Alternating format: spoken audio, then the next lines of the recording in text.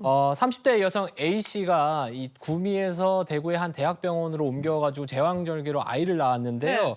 아이를 낳고 난 뒤에 이 여성은 산후조리를 이유로 먼저 퇴원을 합니다. 아이를 두고요. 네. 그 후에 열흘이 지나도록 그 아이 엄마가 찾아오지 않자 이 병원에서는 아이가 퇴원해도 된다 이런 소식을 아이 엄마에게 전했는데 네. 그런데 아이를 찾으러 온 여성은 이 친엄마 A씨가 아니라 30대 여성 B씨였습니다. 네. 그래도 다행히 병원에서는 진짜 엄마가 아니라 네. 가짜 엄마라는 사실을 눈치를 챈 것 같은데.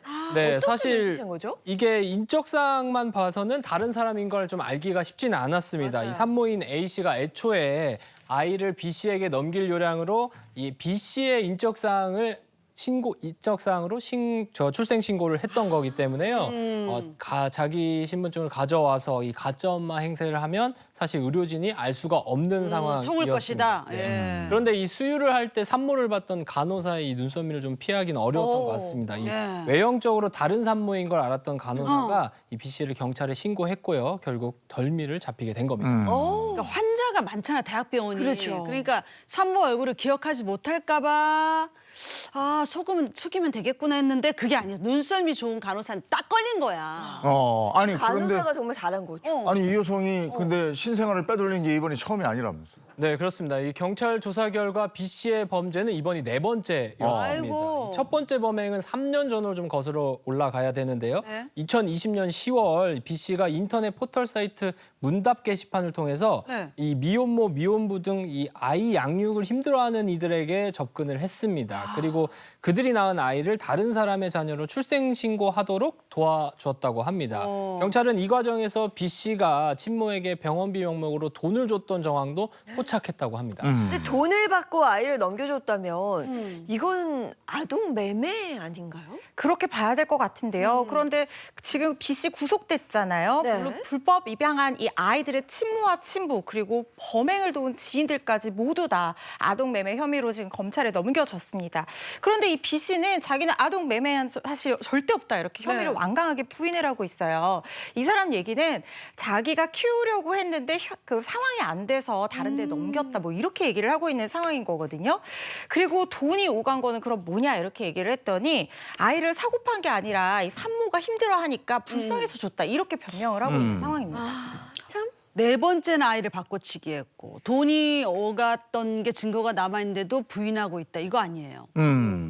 그럼 불법 입양 받은 사람들 이건 어떻게 돼요? 이분들도 불법 매매로 이게 걸리는 거 아닙니까? 이제 아동 매매를 하려면 아동을 받는 대신 대가로 이제 돈 같은 걸 줘야 되거든요. 네. 그런데 이 부모들은 이 아이가 B씨의 아이라고 믿고 있었던 것 같습니다. 그래서 현재는 아동 매매 혐의는 적용되지 않은 것으로 보입니다. 하지만 이 절차 없이 불법 입양을 받고 허위로 출생 신고를 한 부분에 대해서 공정증서 원본 불실기재죄가 혐의가 적용될 예정입니다. 이 왜 이런 일이 일어났냐 보니까 정식 입양을 하면 절차도 까다롭고 그리고 정부의 관리 감독을 일정 기간 받아야 되는 데다가 양부모라는 기록이 남기 때문에 이런 짓을 벌인 것으로 보입니다. 이 병원에서 아이를 출산하고 아이를 돌봐준 병원에서 이런 일이 발생했습니다. 너무나도 충격적인 네. 사건인데요. 이들은 앞으로 어떤 처벌을 받게 될까요? 이 B씨는 적어도 돈을 조금이라도 줬다고 하면 아동 매매 혐의가 적용이 될 수 있을 걸로 보이고 또 입양특례법에 따르면 이렇게 정해진 기관, 공식적으로 이 허가를 받은 기관이 아니라 사적으로 이렇게 아동을 입양하는 것은 입양특례법 위반이에요. 3년 이하의 징역 또는 3천만 원 이하의 벌금에 처해질 수 있는데 이게 지금 너무 많습니다. 출산 기록이 남는 걸 두려워하는 미혼모라든가 뭐 청소년이라든가 불법 체류자들이 이렇게 아이를 낳고 출산 신고를 하지 않거나 허위로 이 다른 사람 이름으로 이 신고를 하는 그래서 아이를 그냥 넘겨버리는 그냥 단순히 입양만 보내는 것이 아니라 뭐 산후조리비라든가 아니면 수고비, 사례비 뭐 어떤 명목이든지 아주 조금의 돈만 받게 되면 이건 결국에 또 아동 매매 네. 혐의거든요. 이런 사례 많아서 지금 굉장히 사회적으로 문제가 되고 있습니다. 네. 진짜 이 어른들의 욕심으로 오갈 데 없어지는 이 아이들이 너무 불쌍한 것 같아요. 그럼 이 아이들은 어떻게 되는 거예요? 네, 아이들이 가장 중요하죠. 맞아. 일단 B씨가 가져가려다 미수에 그친 아이는요. 지자체가 아동학대 사례로 판단을 했습니다. 그래서 개입을 해서 아이를 친모로부터 즉각 분리 조치를 했고요. 그리고 아이의 허위 출생 신고도 취소되었다고 있다고 합니다.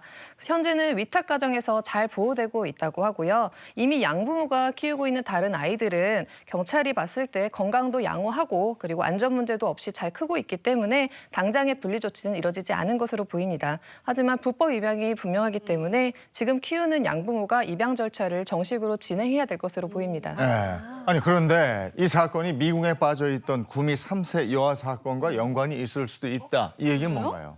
네, 그렇습니다. 이 구미의 한 원룸에서 숨진 채 발견된 3세 여아의 네. 친모가 알고 보니까 엄마가 아니라 이 외할머니였다는 사건 다들 기억하실 네, 겁니다. 맞아요. 네. 이 당시 재판부는 이 사체 은닉 미수 혐의에 대해서만 유죄로 판정을 했고 이 아이 바꿔치기에 대해서는 증거 불충분으로 최종 무죄 판고를 내린 바 있는데요.